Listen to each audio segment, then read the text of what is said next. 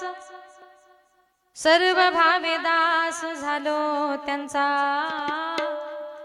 त्याची माझी हित करीती सकळ जिने हा गोपाळ कृपा करी भागली आमज वाहतील कडे त्यांची निजोडे सर्व सुख त्याची माझी हित करीती सकळ जिने हा गोपाळ कृपा करी तुका म्हणे शेष सेवी नावडी वचन नमोडी बोलिले त्याची माझी हित करीती सकळ जिने हा गोपाळ कृपा करी नमो विठ्ठला राजया पांडुरंगा नमो रुक्मिणी मावली ज्ञान गंगा नमो पुंडलिका नमो चंद्रभागा नमस्कार माझा रुक्मिणी पांडुरंगा पंढरीचा देवराया पंढरीचा देवराया पंढरीचा देवराया पंढरीचा देवराया दंडवत तुझे पाया दंडवत तुझे दंडवत तुझे पाया दंडवत तुझे दंडवत तुझे पाया दंडवत तुझे पंढरीचा देवराया दंडवत तुझे पाया दंडवत तुझे पाया दंडवत तुझे पाया हे पंढरीचा देवराया दंडवत तुझे पाया दंडवत तुझे पाया दंडवत तुझे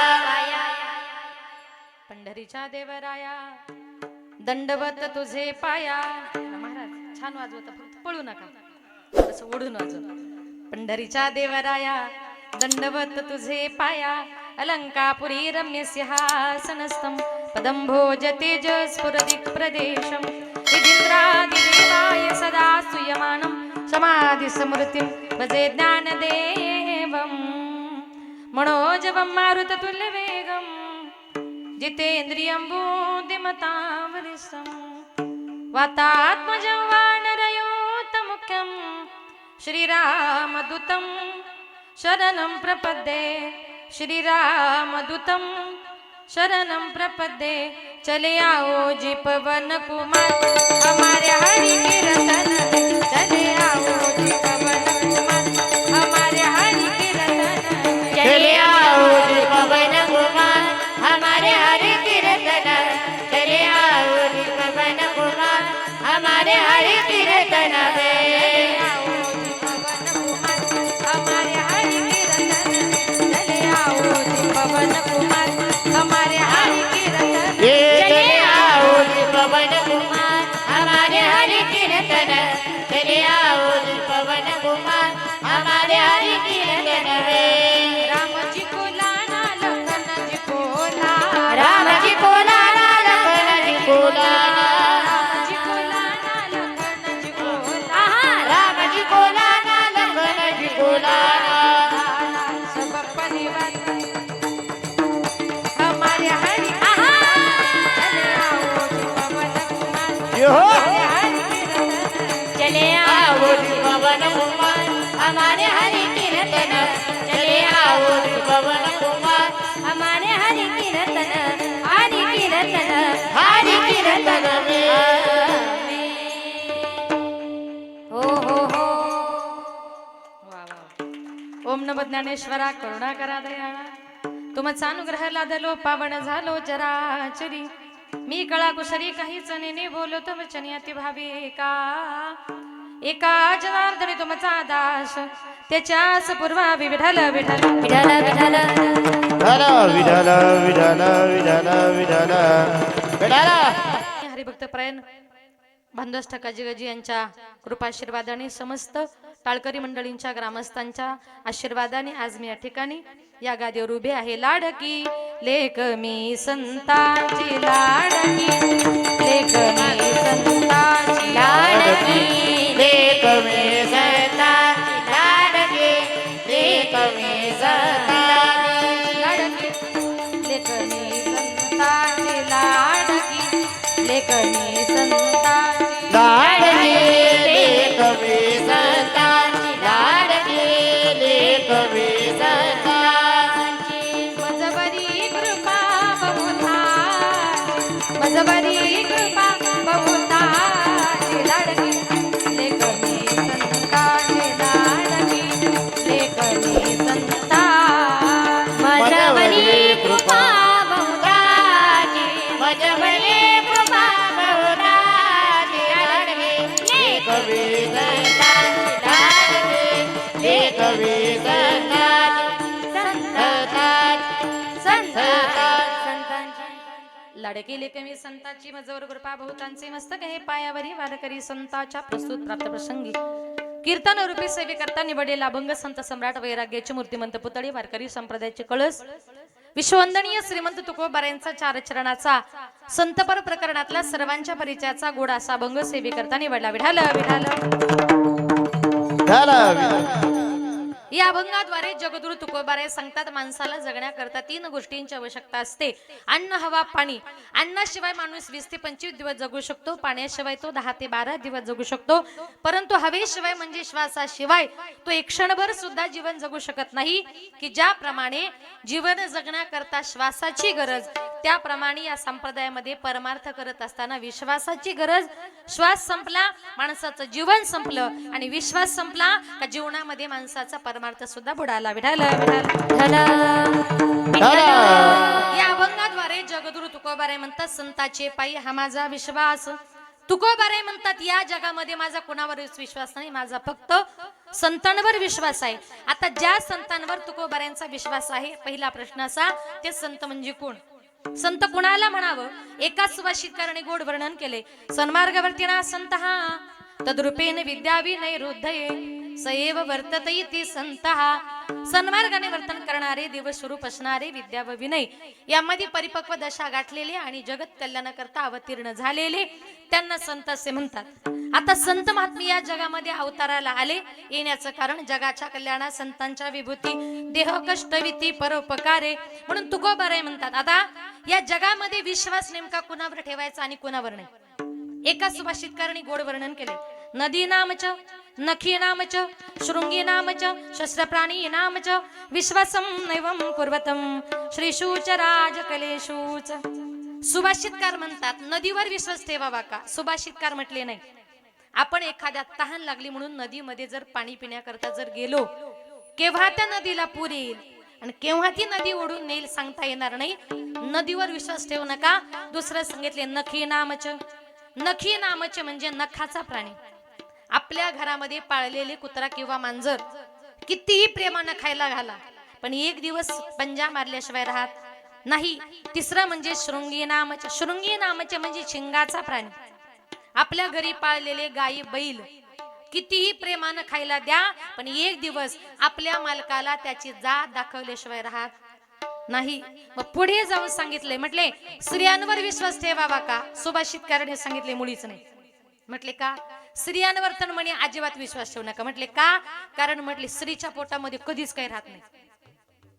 म्हणजे एखादी गोष्ट जर आपल्याला माहिती पडली गावामध्ये एखाद्या बाईने एक बाईला माहिती पडली ती लगेच शेजारणीला जाते आणि तिला सांगते बाई तू जवळची म्हणून तुला सांगते दुसरं कुणाला सांगू नको.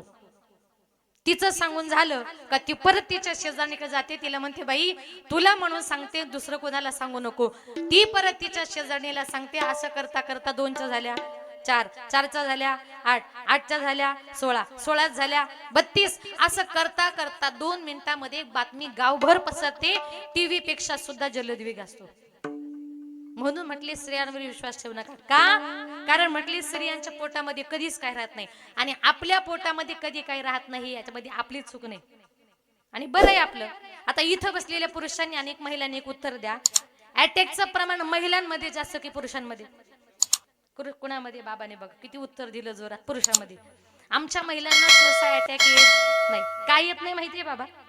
आमच्या बाया फार मोकळ्या मनाच्या. आणि तुमच्या पुरुष लोकांचं कसं आहे, तुम्हाला एखादी गोष्ट जर माहिती पडली, तुम्ही ती इतकी मनात दाबून ठेवता, इतकी मनात दाबून ठेवता, तिचा तुमच्या हृदयावर परिणाम होतो. तुम्हाला अटॅक येतो, तुम्ही मरता, पण कुणाला सांगत नाही. पण आमच्या बाया बघा किती मोकळ्या मनाच्या. एखादी गोष्ट माहिती पडली का लगेच शेजारणीला सांगतात. त्याच्यामुळे आम्हाला अटॅक येत. आणि तुम्हाला सुद्धा अटॅक येऊ नये असं वाटत जर असेल तर आपल्या मनातली गोष्ट कधीतरी बायकोला तरी सांगत जा, म्हणजे ती दुसरीला सांगेल. कारण का, स्त्रियांच्या पोटामध्ये काही राहत नाही. बरं, ही आपली चुकी नाही महिला मंडळ, हा धर्मराजाने त्याच्या आईला दिलेला शाप आहे. ऐका, ज्या वेळेला रणांगणामध्ये कर्णधारा तीर्थी पडला, कर्णधारा तीर्थी पडला, कुंती मातेला समजलं, कुंती माता पळत गेली, कर्णाचं शिर उचललं, आपल्या मांडीवर घेतलं आणि धाय मोकलून रडायला लागली. धर्मराजा तिच्या जवळ गेला, सांगितलं, आई अगं कर्ण गेला, आपला शत्रू गेला, आनंद व्यक्त करायचा सोडून तू त्याचा शिर मांडीवर घेऊन रडतेस, आई तुला कशाचं दुःख झाले?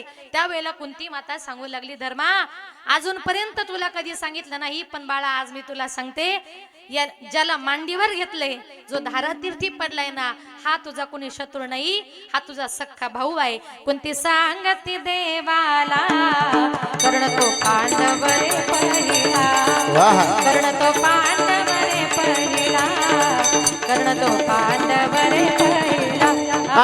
कुंती सांगती देवाला, कर्ण तो पांडव रे पहिला, कर्ण तो पांडव रे पहिला, पांडव रे पहिला, पहिला. कुंती सांगते देवाला, कर्ण तो पांडव रे पहिला. अरे हा तुमचा कोणी शत्रू नसून हा तुमचा सगळ्यात मोठा सक्का भाऊ आहे. आणि त्या दिवशी धर्मराजाने सांगितलं, आई कर्ण जर आमचा सक्का भाऊ होता, आज तो गेल्यानंतर आम्हाला कळालं तो आमचा सक्का भाऊ आहे.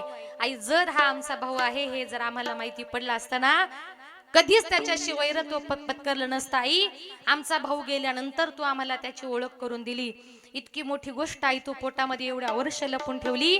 त्यामुळे आई इथून पुढे मी सगळ्या जगातल्या नारींना शाप देतोय का इथून पुढे स्त्रीच्या पोटामध्ये कधीच काही राहणार.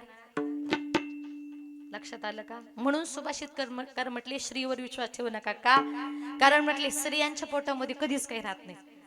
अंतरीचे धावे स्वभावे बाहेरी, अंतरीचे धावे स्वभावे बाहेरी, अंतरीचे धावे, अंतरीचे धावे, अंतरीचे धावे स्वभावे बाहेरी, अंतरीचे धावे स्वभावे बाहेरी, अंतरीचे धावे स्वभावे बाहेरी, तिचे धावे, अंतरीचे धावे, अंतरीचे धावे, अंतरीचे धावे स्वभावे बाहेरी, धरी ताही परी आवरेना, धरी ताही परी आवरेना, ये ललिताई परी आवरेना, धरिताई परी आवरेना, धरी ताही परी आवरेना, ताही परी आवरेना, अंतरी धावे स्वभावे भावेरी, अंतरीचे धावे स्वभावे बाहेरी, अंतरीचे धावे, अंतरीचे धावे, अंतरीचे धावे, अंतरीचे धावे स्वभावे बाहेरी, अंतरीचे धावे, अंतरीचे धावे, अंतरीचे धावे स्वभावे बाहेरी, अंतरीचे धावे, अंतरीचे धावे, अंतरीचे धावे, अंतरीचे धावे, अंतरीचे धावे स्वभावे बाहेरी.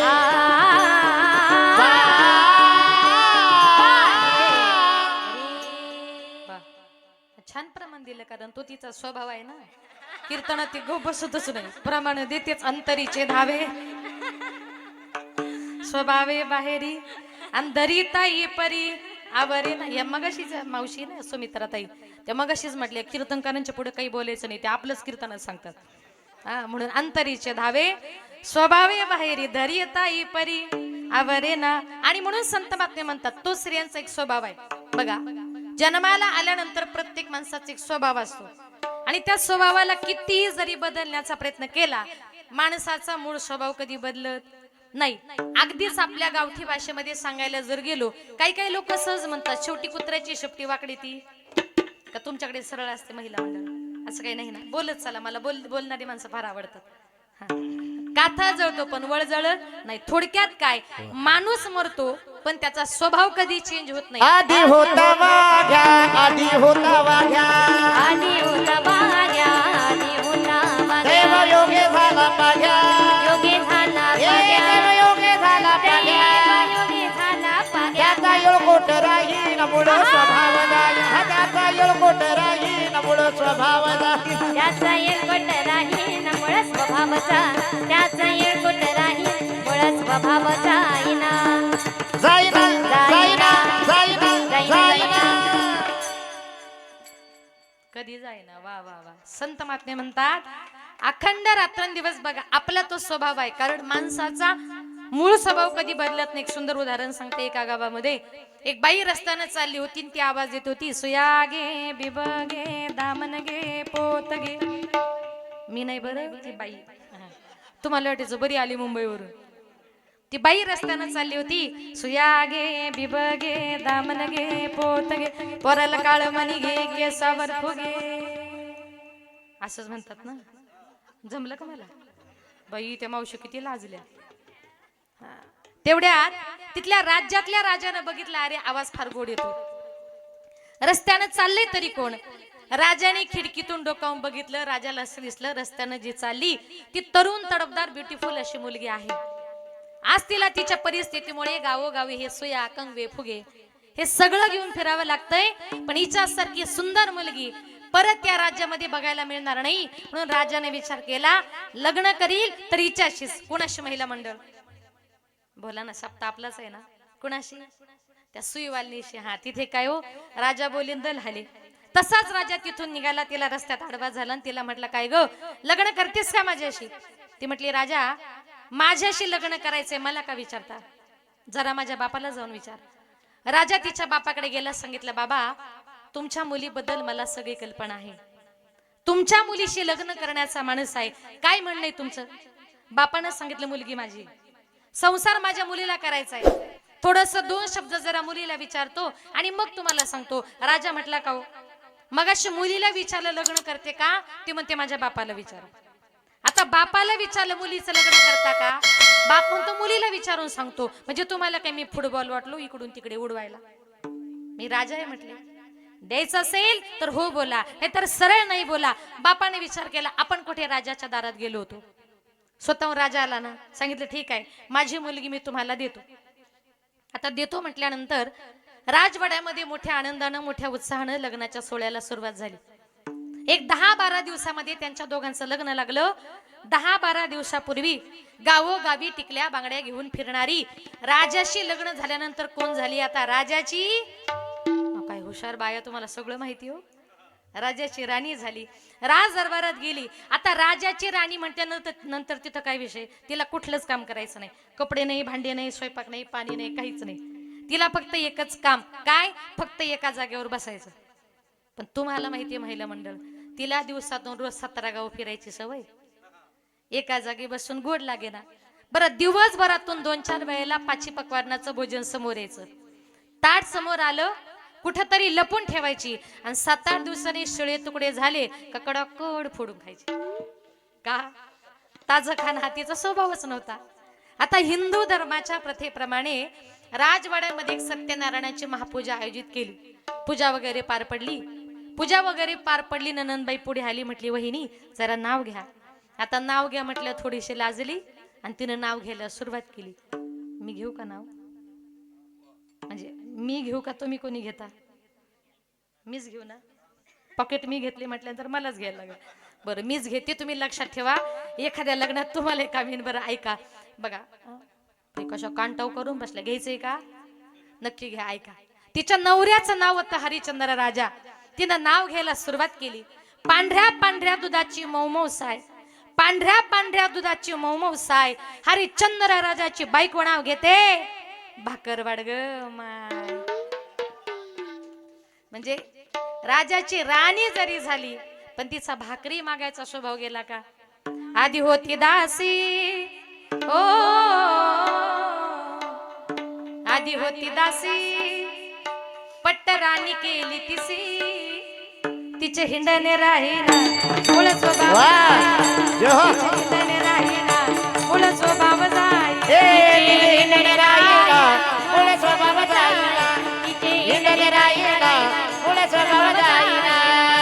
आधी होती दासी पट्टराणी केली तिसी, आधी होती दासी पट्टराणी केली तिसी. तिचे हिंडणे राहीना मूळ स्वभाव जाईना, तिचे हिंडणे राहीना मूळ स्वभाव जाईना. हिंडणे राहीना मूळ स्वभाव जाईना, हिंडणे राहीना मूळ स्वभाव जाईना. आधी होता वाग्या दैव योगे झाला पाग्या, आधी होता वाग्या दैव योगे झाला पाग्या. त्याचा येळकोट राहीना मूळ स्वभाव जाईना, त्याचा येळकोट राहीना मूळ स्वभाव जाईना. त्याचा येळकोट राहीना मूळ स्वभाव जाईना, त्याचा येळकोट राहीना मूळ स्वभाव जाईना, मूळ स्वभाव जाईना, मूळ स्वभाव जाईना. जाईना जाईना. माझ्या नाथ बाबांचं मूळ स्वभाव नावाचं प्रकरण आहे, त्याच्यात सांगितलंय. आधी होती दासी पट्टराणी गेली तिसी, तिचे हिंडणे राहीना मूळ स्वभाव जाईना. आधी होता वाघ्या, इथं तुमच्यात कोणी वाघ्या नाही ना. दैवयोगे झाला पाग्या, त्याचा येळकोट राहीना मूळ स्वभाव जाईना. म्हणून संत महात्मे म्हणतात अखंड रात्रंदिवस देवाचं चिंतन करतात. तो स्त्रियांच्या पोटामध्ये राहत नाही, हा स्त्रियांचा स्वभाव आहे. पुढे जाऊन सांगितलं म्हणे स्त्रियांवर विश्वास नाही ठेवायचा. मग म्हटले बायकोवर ठेवावा का? तुकोबर आहे म्हटले बायकोवर तर मुळीच नाही. म्हटले का? कारण ऐका, संत महात्मे म्हणतात जोपर्यंत नवरा बायकोला घरामध्ये सोनं नाणं पैसा कमी पडू देत नाही तोपर्यंत बायको नवऱ्याच्या सारखं पुढे पुढे करते. सदा शृंगार भूषणे कांतालवे बहुमाने. म्हणजे ऐका, नवरा जर नोकरीला असेल, नोकरीला बायकोला माहिती असते त्याचा पगार होणार आहे. पगाराच्या दिवशी अशी सोय करते, चहा देऊ का, पाणी देऊ का, कॉफी देऊ का, जेवायला देऊ का, नाश्ता देऊ का, उपमा देऊ का, शिरा देऊ का. 10 तारखेला तो म्हणतो का ग चहा झाला का, ती सांगते जरा दम नाही का. 20 तारखेला तो म्हणतो का ग डबा झाला का, ती सांगते रोज मला का तेवढाच धंदा आहे का. अशी आपली बायको.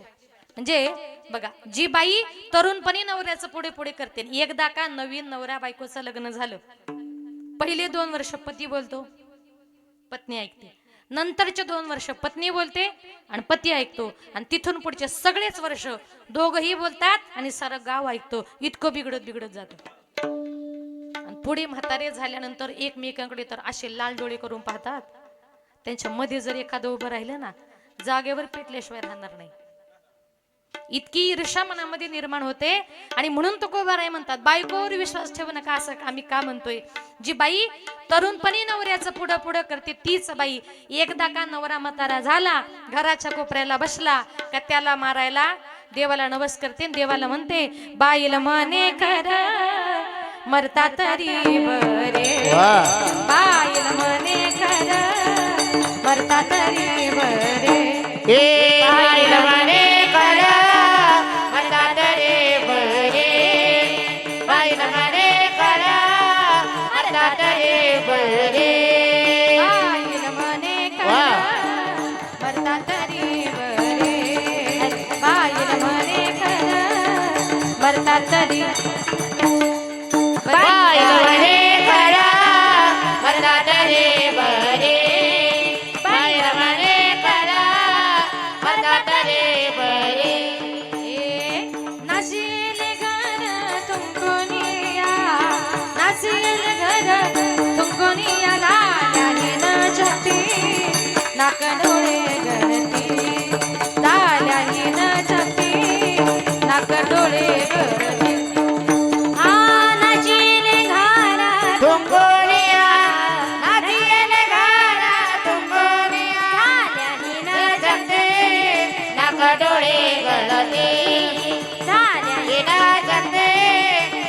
डोळे गळते गळते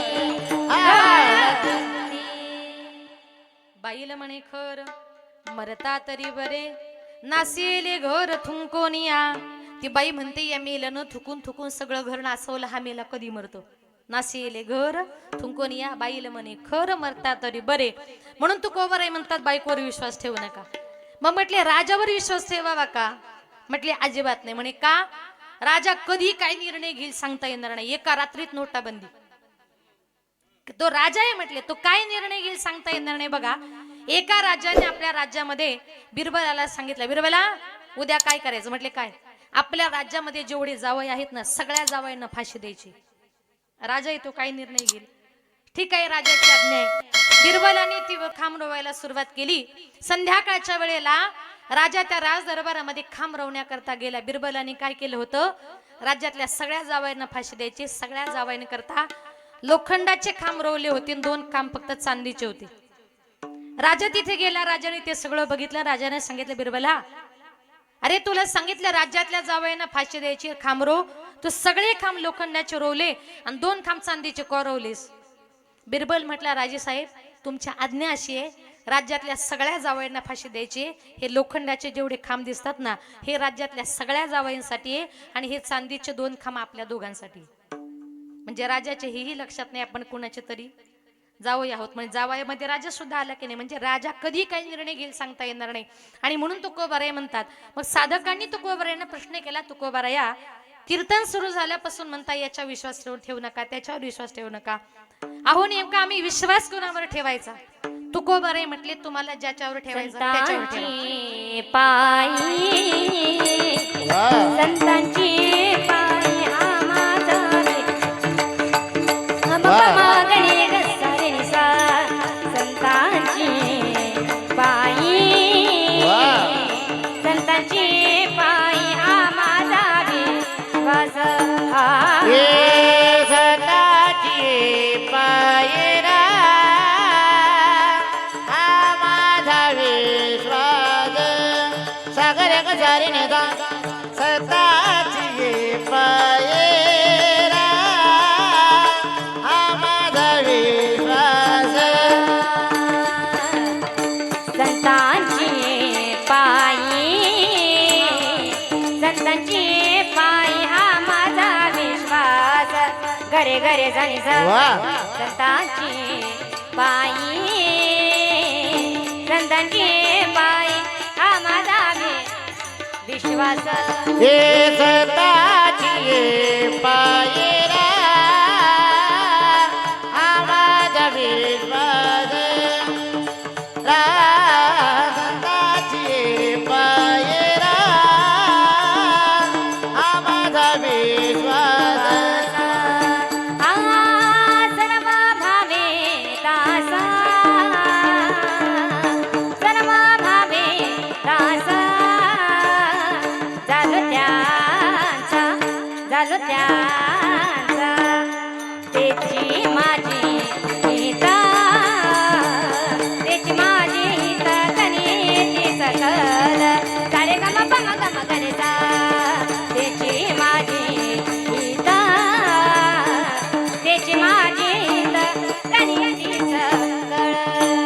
हे सर्व भावे दास सर्व भावे दास झालो त्याचा तेथे माझे येते करते सगळे तेथे माझे तेरा करते सगळे. संतांची पायी माझा विश्वास. अरे अरे अरे अरे सर्व भावे दास सर्व भावे दास संताची पायी माझा विश्वास. विश्वास. सर्व भावे दादे झालो त्यांचा झालो त्याचा.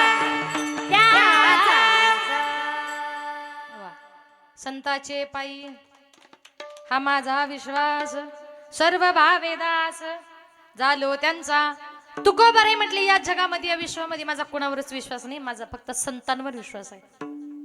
मग साधकाने तुकोबारायांना प्रश्न केला, तुकोबाराय तुमचा धनावर संपत्तीवर विश्वास नाही का? तुकोबाराय म्हटले नाही, माझा धनावर संपत्तीवर विश्वास नाही. कारण का? या धनाचा न धरी विश्वास जैसी तरुवर छाया. धन पैसा संपत्ती जसा एका जागी स्थिर राहत नाही, झाडाची सावली एका जागी स्थिर राहताना आपण कधी बघितली का? जशी झाडाची सावली एका जागी स्थिर राहत नाही, तसं धन संपत्ती पैसा सुद्धा एका जागी स्थिर राहत नाही. कारण पैशाला अनेक प्रकारचे मार्ग आहे, पैशाला अनेक प्रकारच्या वाटा आहे. पैसा हा त्याच्या मार्गाला गेल्याशिवाय राहत नाही. आपण त्याला किती जमवण्याचा प्रयत्न करा, पैसा हा त्याच्या मार्गाला जातोच. आणि म्हणून धनावर संपत्तीवर विश्वास ठेवू नका. मग साधकाने तुकोबारायांना प्रश्न केला, तुकोबाराय तुम्ही म्हटले आमचा संतावर विश्वास आहे, म्हटले तुमचा देवावर विश्वास आहे का? आपण विश्वास हा शब्द बघतोय बरं, देवावर विश्वास आहे का? तुकोबाराय म्हटले नाही, माझा देवावर सुद्धा विश्वास नाही. म्हटले का? तुकोबाराय म्हटले देव स्वतः खोटे बोलतो. बरं, स्वतः खोटं बोलतो पण दुसऱ्याला सुद्धा खोटं बोलायला लावतो. म्हटलं काय खोटं बोलला देव? त्यावेळेला तुकोबाराय सांगू लागले, ज्या वेळेला कौरव आणि पांडवांचं युद्ध सुरू झालं, पहिल्या दिवशी कौरवांनी पांडवांचा पराभव केला, दुसऱ्या दिवशी पराभव केला, तिसऱ्या दिवशी पराभव केला. रोज तोच प्रकार पाहिल्यानंतर देवाला फार राग आला. आणि देवाने प्रतिज्ञा केली होती का भीष्मा मी कुठलेही शस्त्र हातात न घेता लढेल. आणि भीष्मानं प्रतिज्ञा केली होती की देवा मी तुला शस्त्र हातात घ्यायला लावीनच. मग ज्या वेळेला युद्धाला सुरुवात झाली, पहिल्या दिवशी कौरवांनी पांडवांचा पराभव केला. रोज पांडवांचा पराभव पाहून देवाला राग आला. देवानं रथातून उडी मारली आणि चालू रथाचं चाक घेऊन धावला त्या भीष्माचार्याच्या अंगावर. भीष्माचार्याने हातातली हत्यारे खाली टाकली आणि हात वरती केले, देवा बस, तुझी इथेच प्रतिज्ञा खोटी झाली. कारण का? देव म्हटला होता मी कुठलेही शस्त्र हातात न घेता लढेल, पण शेवटी चाक हातामध्ये घेतलंच. आता पुढे ऐका, म्हटले देव स्वतः खोटे बोलतो पण दुसऱ्याला सुद्धा खोटं बोलायला लावतो. म्हटले कोणाला लावलं? बघा, परत एकदा कौरव आणि पांडवांचं युद्ध सुरू झालं. पहिल्या दिवशी कौरव आणि पांडवांचा पराभव केला, दुसऱ्या दिवशी, तिसऱ्या दिवशी रोज तोच प्रकार पाहून देवाला फार राग आला. आणि योगायोगाने कौरवांच्या बाजूचा अश्वत्थामा नावाचा हत्ती मेला होता. द्रोणाचार्याच्या मुलाचं नाव सुद्धा अश्वत्थामाच होतं. देवाने विचार केला, युद्धभूमीवर जर आरडाओरडा केला, अश्वत्थामा मेला. देवानं जमलेल्या सगळ्या लोकांना सांगून ठेवलं, तुम्हाला जर द्रोणाचार्याने विचारलं माझा अश्वत्थामा मेला, सगळ्या लोकांनी सांगायचं हो तुझा अश्वत्थामा मेला. अश्वत्थामा मेला होता पण द्रोणाचार्याचा मुलगा नाही, तर हत्ती मेला होता. हा नरोवा कुंजरोवा असं सांगून ठेवलं होतं. मग आता युद्धभूमीवर सगळीकडे आरडाओरडा झाला, अश्वत्थामा मेला. तो शब्द द्रोणाचार्याच्या कानावर गेला. द्रोणाचार्याला वाटलं माझाच मुलगा गेला. द्रोणाचार्य पळत गेले, रडू लागले, प्रत्येकाला विचारू लागले माझा अश्वत्थामा मेला. सगळ्या लोकांनी सांगितलं हो तुझा अश्वत्थामा मेला. द्रोणाचार्यांनी सांगितलं युद्धभूमीवरचे सगळे लोक खोटं बोलतील. पूर्वीच्या काळी एकच मनुष्य असा होता, तो आपल्या जीवनामध्ये कधीच खोटं बोलत नव्हता, त्याचं नाव धर्मराजे. त्याने सांगितलं सगळे लोक खोटं बोलतील, माझा धर्मराज खोटं बोलणार नाही. आणि मग जातोन म्हटले धर्मराजाला विचारतो. द्रोणाचार्य धर्मराजाकडे जायला निघाले, पण त्याच्या अगोदर भगवान श्रीकृष्ण पळतच धर्मराजाकडे जाऊन पोहोचले. धर्मराजाला सांगितलं हे बघ, आता तुझ्याकडे द्रोणाचार्य येतील आणि जर तुला द्रोणाचार्याने विचारलं माझा अश्वत्थामा मेला, तू सरळ सांगायचं हो तुझा अश्वत्थामा मेला. धर्मराजाने सांगितलं देवा मी खोटं बोलणार नाही. देव म्हटले धर्मा आजच्या दिवस तुला खोटं बोलावं लागेल. नाही देवा मी खोटं बोलणार नाही, तुला खोटं बोलावंच लागेल. देव म्हटले धर्मा तुला खोटं बोलायचं नाही ना? म्हटले नाही. मग तो असं म्हण अश्वत्थामा मेला आणि मनात म्हण हत्ती. धर्मराजे म्हटले मनात वगैरे बोलणार नाही, मी मोठ्यानं बोलेल अश्वत्थामा मेला हत्ती. देव म्हटले ऐकत नाही. नाही देवा मग तो हत्ती कसा बोलतो ना हेच मी बघतो म्हटले. दोघांची चर्चा चालू तेवढ्यात द्रोणाचार्य आले म्हणून देव बाहेर गेले आणि दरवाजाच्या बाहेरच थांबले. द्रोणाचार्य रडू लागले. धर्मराजाला विचारलं धर्मा माझा अश्वत्थामा मेला. धर्मराजाने सांगितलं हो अश्वत्थामा मेला. हत्ती म्हणायच्या वेळेला देवाने दरवाजामध्ये मोठ्यानं शंख वाजवला. म्हणजे धर्मराजाने 2-4 वेळा हत्ती म्हणण्याचा प्रयत्न केला, पण देवानं द्रोणाचार्याला हत्ती हा शब्द ऐकूनच दिला नाही. ही संधी साधून अर्जुनानं बाण मारला. वैकुंठाला दोनच व्यक्ती गेल्या, तुकोबाराय आणि धर्मराज. पण धर्मराजाला वैकुंठाला नेताना मागच्या दाराने नेण्यात आलं आणि मागच्या दाराने नेहमी चोर येत असतो. धर्मराजाला मागच्या दाराने नेता नेता धर्मराजाच्या डाव्या पायाचा अंगठा गळून पडला. का तर धर्मराजे आपल्या आयुष्यामध्ये फक्त एकदाच खोटे बोलले होते, तेही स्वतः खोटे बोलले नव्हते. देवाने त्यांना खोटं बोलायला लावलं तरी त्यांच्या डाव्या पायाचा अंगठा गळून पडला. मग इथं बसलेल्या आपण सगळ्यांनी विचार करा, आपण दिवसातून किती वेळा खोटं बोलतो? मग जाताना आपलं काय काय गळून पडेल सांगता येणार? म्हणून देव खोटं बोलला, देव स्वतः खोटं बोलतो आणि दुसऱ्याला खोटं बोलायला लावतो. म्हणजे देव जरी खोटं बोलला तरी देव फक्त आपल्या भक्ताच्या रक्षणाकरता खोटं बोलत असतो. कारण देवाचं पहिलं कार्य भक्त राखे पाया पासी दुर्जनासी संहारी, दुर्जनासी संहारी, दुर्जनासी संहारी. पाया पासी दुर्जनासी संहारी, दुर्जनासी संहारी, दुर्जनासी संहारी. हे बोनियाच्या गदा दत्ता करीतो आची दत्ता करीतो भक्ता. जय हो हरी बोल. दुर्जनासी संहारी, अरे अरे अरे दुर्जनासी संहारी, दुर्जनासी भक्त संहारी. राखे पाया पासी दुर्जनासी संहारी, दुर्जनासी संहारी, दुर्जनासी संहारी, संहारी, संहारी, संहारी. देवाचं पहिलं कार्य भक्ता राखे पायापासी दुर्जनासी संहारी. देव काय करतो? आपल्या भक्ताचं रक्षण करतो, दुर्जनाचा संहार करतो. आणि म्हणून देव जरी खोटं बोलला तरी तो आपल्या भक्ताच्या उद्धाराकरता बोलत असतो. म्हणून तुकोबाराय म्हणतात या जगामध्ये संताचे पायी हा माझा विश्वास. तुकोबाराय म्हटले माझा संतांवर विश्वास का आहे? कारण का आपल्या जीवनाचं हित कशामध्ये आहे? हित ते करावे देवाचे चिंतन. आपलं हित आहे भगवान परमात्म्याचं चिंतन करण्यामध्ये. आणि म्हणून तुकोबाराय म्हणतात मग आता आमचा संतांवर विश्वास का आहे? कारण का तुम्हाला जर देवाची प्राप्ती करायची असेल तर हरी प्राप्तीचे उपाय धरावे संताचे ते पाय. संताचे पाय धरल्याशिवाय तुम्हाला मला देवाची प्राप्ती होणार नाही. म्हणून जीवनामध्ये आपल्याला आपला उद्धार जर करायचा असेल तर भगवान परमात्म्याचं नामचिंतन हे तुम्हाला मला प्रत्येकाला करावं लागेल. म्हणून संत महात्मे तुम्हाला मला प्रत्येकाला विनंती करतात, बाबांनो जन्माला आलात हरिपाठाला जा, कीर्तनाला जा, भजनाला जा, आळंदीला जा, पंढरपूरला जा. कारण संत महात्मे विनंती करतात का? कारण कलियुगामध्ये आपल्याला आपला उद्धार जर करायचा असेल तर कलियुगामध्ये कलिपापाची मूर्ती नाम खग घेऊन हाती, नामरूपी तलवार तुमच्या माझ्या प्रत्येकाच्या हातामध्ये असल्यामुळे पापाचा नाश करणारं सर्वप्रभावी हत्यार म्हणजे भगवान परमात्म्याचं नामचिंतन आहे. मग संत महात्मे आपल्याला आग्रह करतात तसं आपल्याला हरिपाठाला, कीर्तनाला, भजनाला गेलं पाहिजे. काही काही लोकांना जीवनामध्ये कीर्तन माहिती नाही, भजन माहिती नाही. जे लोक जीवनामध्ये कधी कीर्तन भजन श्रवण करत नाही त्याच्यामुळे त्यांचं काय होतं एक सुंदर उदाहरण सांगते बघा. एका जंगलामध्ये एका झाडावर एक माकड आणि माकडीन दोघ जण नवरा बायको राहत होते. लक्ष आहे ना तुमचं महिला मंडळ? कोण राहत होते? कुठे राहत होते? हा म्हणजे लक्ष आहे तुमचं. असंच बोलत चला, लक्ष देत चला. दोघ जण नवरा बायको त्या झाडावर राहत होते. दोघा नवरा बायकोच्या छान गप्पा चालू होत्या. आता गप्पा चालू असताना तेवढ्यात त्या विहिरीतून एक आकाशवाणी झाली, जो कोणी प्राणी या विहिरीमध्ये उडी मारेल त्याला मनुष्य जन्म प्राप्त होईल, आणि जो कोणी मनुष्य या विहिरीमध्ये उडी मारेल त्याला प्राण्याचा जन्म प्राप्त होईल. आता ही आकाशवाणी त्या माकडीने ऐकली. आणि स्त्रियांचं मन कसं जरा भावनिक असतं ना. ती माकडीन लगेच भावनिक झाली. त्या माकडाला म्हणते, अहो आपल्याला मनुष्य जन्म प्राप्त करण्याची संधी आली, चला मारायची का उडी? त्या माकडानं सांगितलं नको, बरं आहे आपलं माकडाचं. तिने सांगितलं ऐका, अहो मनुष्य जन्म मिळणं फार अवघड आहे. मनुष्य जन्म अनमोल रे, मिट्टी में मत घोल रे, अब जो मिला है फिर ना मिलेगा, कभी नहीं कभी नहीं कभी नहीं.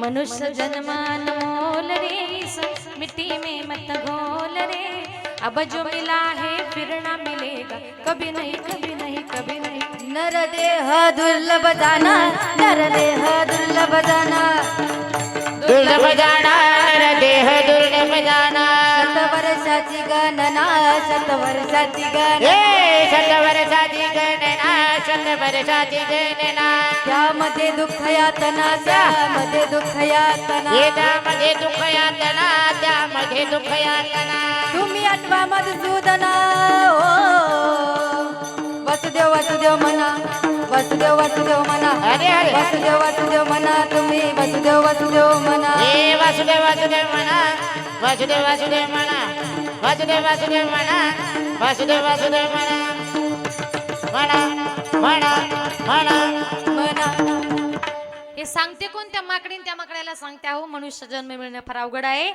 मनुष्य जन्म मिळण्याकरता एक एक योनी कोटी कोटी फेरा तेव्हा लागे वारा मानवाचा हे कोण कुणाला सांगते ती माकडीन त्या माकड्याला सांगत होती इकडे इतका त्या माकडीनीचा अभ्यास ती त्याला सांगत होती बघा म्हणजे आताच्या काळात सुद्धा कितीतरी बायका आपल्या नवऱ्यांना समजवण्याचा प्रयत्न करतात पण माकडं ऐकत म्हणजे माणसाबद्दल बोलत नाही बरं मी माकडाबद्दल बोलते तुम्ही गैरसमज करू नका ती माकडीन त्या माकड्याला सांगत होती म्हटली ऐका अहो मनुष्य जन्म मिळणं फार अवघड आहे त्याने सांगितलं अगं इतकी तुम्हाला आग्रह करते ना आता तू सारखे म्हणते ठीक आहे आपण दोघांनी उडी मारू पण उडी मारताना म्हटले दोघांनी बरोबर नाहीतर मी मारायचो उडी आणि तू राहायची झाडावर बसून असं नको व्हायला तिने सांगितलं तेवढा बायकोवर विश्वास नाही का विठाल विठाल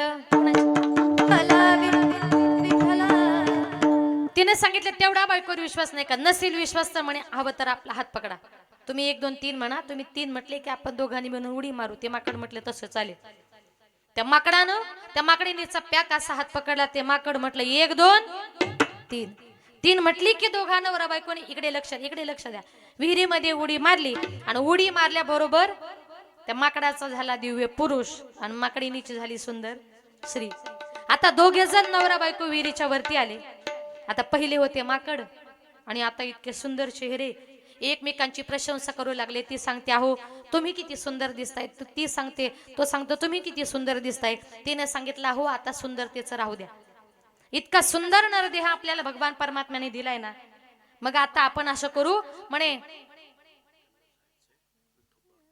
2 मिनिटं एवढं दृष्टांत होऊ दे ना विठाल विठाल विठ्ठल विठ्ठल विठ्ठल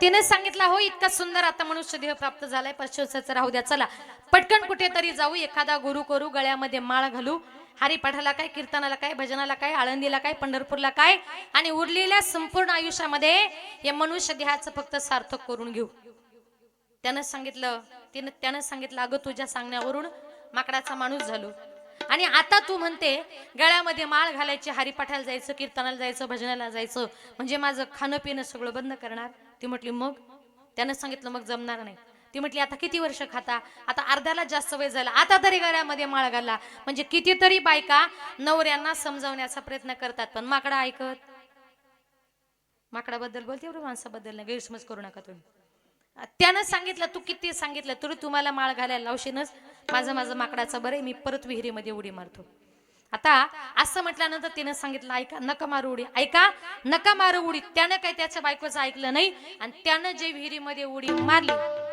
उडी मारल्या बरोबर त्या माणसाचं झालं परत माकड आता ऐका जे पुरुष लोक आपल्या बायकोचं चांगलं ऐकत नाही एक दिवस त्यांचं माकडच होतं चांगलं म्हणजे सगळं नाही बरं चांगलं म्हटलं चांगलं म्हणजे कसं बायको म्हणते दारू पिऊ नका जुगार खेळू नका हे असे जे काही चांगली बायको सांगत असते हे ऐकत जा आणि जर नाही ऐकलं तर आपला शेवट चांगला होणार नाही आता त्यानं विहिरीमध्ये उडी मारली त्याचं माकड झालं ते माकड विहिरीच्या वरती आलं आता त्याची बायको म्हणजे सुंदर रूपवान स्त्री आणि तिचा नवरा ते माकड कसा दिसत असेल जोडा फक्त कल्पना करा आणि त्या माकडाने असं बायकोच्या गळ्यामध्ये हात घातला दोघ जण नवरा बायको असे झाडाखाली गप्पा मारत होते तेवढ्यात तिथला प्रजेचा राजा तिथे फिरण्याकरता आल्या राजाने लांबूनच बघितलं की अरे एक सुंदर स्त्री जंगलामध्ये आली आणि माकडाने तिच्या गळ्यामध्ये हात घातला. राजा घाबरला. त्या स्त्रीच्या जीवाला धोका आहे. राजा पळत गेला. त्यानं त्या स्त्रीच्या हाताला धरलं आणि तिला घेऊन आपल्या राजवाड्याकडे निघाला. ते माकड पाठीमागून रडत होतं, उड्या मारत होतं, सांगत होतं, राजे साहेब ती माझी बायको आहे, नेऊ नका तिला, पाय पडतो तुमच्या, ती माझी बायको आहे, नेऊ नका तिला. राजा म्हटलं, हट, माकडाला कुठं बायको असते का? तो म्हणायचा, राजे साहेब अहो खरंच ती माझी बायको आहे. आता मला सांगा, माकडानं किती सांगितलं ती सुंदर बायको माझी, मग त्या माकडाला त्याची बायको परत मिळेल? म्हणून इथं बसलेल्या प्रत्येक माई बापानं जरा कान उघडे ठेवून ऐका. आत्ताच्या काळामध्ये माकडांना बायका मिळत, लक्षात आलं का? पटलं ना बाबा? हा, म्हणजे काय की आत्ताच्या काळामध्ये तुम्हाला तुमच्या मुलाचं चांगलं व्हावं असं जर वाटत असेल तर त्याला डॉक्टर करा, इंजिनियर करा, वकील करा, शिक्षक करा, एखादा गायक करा, वादक करा, पखवाद्या करा, कीर्तनकार करा, याच्यापैकी काहीतरी करा. आणि हे सोडून जर तुमची मुलं दारू पिऊन जर वाईट मार्गाला गेली तर तुमच्या मुलांना बायका मिळणार नाही. आणि म्हणून नाथ बाबा सांगतात, आम्ही तुम्हाला एवढं सांगून जर तुम्ही आमचं ऐकलं नाही तर हे जरी नाही काल दुसरा येईल, हे जरी नाही काल, हे जरी नाही काले तरी दुसरा येईल, हे जरी नाही काले. सरते चमटे काळ बांधून नेईल, सरते चमटे सरत सेवनी बा काळे बांधून नेईल, सरत सेवनी बा. एका जनार्दनी आमचे काय बाजाईल, एका जनार्दनी आमचे काय बाजाईल, एका जनार्दनी हो. आमचे काय बाजाईल, एका जनार्दनी आमचे काय बाजाईल. पिंगळा पिंगळा पिंगळा अरे बोल वा. बोलत रेखा पिंगळा महाद्वारी, पिंगळा महाद्वारी, बोले बोलत रेखा पिंगळा महाद्वारी. ओ पिंगळा माधवारी, बोले बोलत रेखा पिंगळा माधवारी, पिंगळा माधवारी, बोले बोलत रेखा पिंगळा माधवारी. वा. बसलेल्या प्रत्येकानं टाळी वाजवा, प्रत्येकानं टाळी वाजवा. आपल्या मनुष्य देहाचं सार्थक करून घ्या.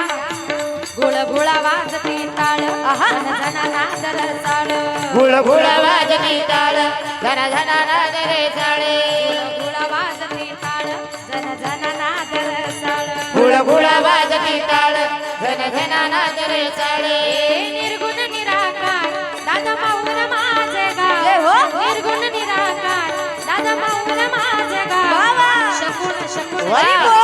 शकून सांगावया, आले माई माझे नाव, शकून सांगावया, आले माई माझे नाव. ए शकून सांगावया, अरे रमाई माझे नाव, शकून सांगावया, अरे रमाई माझे नाव.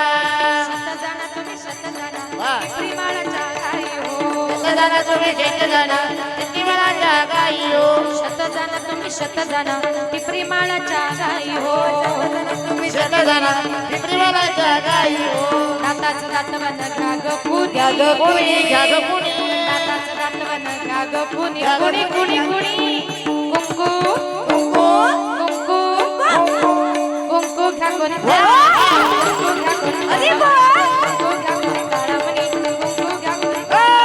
कुंकू घ्या कोणी काळमणी, कुंकू घ्या कोणी काळमणी, कुंकू घ्या कोणी काळमणी, कुंकू घ्या कोणी काळमणी. अहम वाक्या सोहम वाक्या, सोहम वाग्या, अहम वाक्या सोहम वाक्या, प्रेम नगरावाडी, सावध होऊनी भजनी लागा, देव करा कैवाडी. माझ्या माझ्या.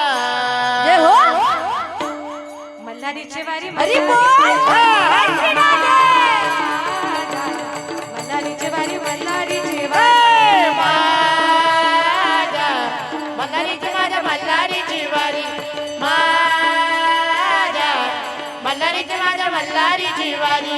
करोनी उचित हो, करोनी उचित प्रेम घाली हृदया. ए, हे, वा. जय हो अरे बोल दान मागाया चालो, दान मागाया. ए, दान मागायचं, हलो दान. दान मागायचं, हलो दान. या शेजारणीनं, बाबा. या शेजारणीनं, शेजारणीनं, या शेजारणीनं शेजारणीनं. बरं नाही केलं ग बया. बयो अयो बया. पंढरीला नेलं ग. मला पंढरीला वा. बया, मला पंढरीला नेलं ग बया. मला पंढरीला नेलं रे बया, तिला पंढरीला नेलं रे बया. पिंगळा महाद्वारी वा वा. बोलत होते का पिंगळा मारवारी. पिंगळा मारवाडी, कोणी बोलत होते का पिंगळा मारवाडी. पिंगळा मारवारी पिंगळा पिंगळा पिंगळा पिंगळा पिंगळा पिंगळा वा. पिंगळा पिंगळा जय हो. पिंगळा पिंगळा पिंगळा पिंगळा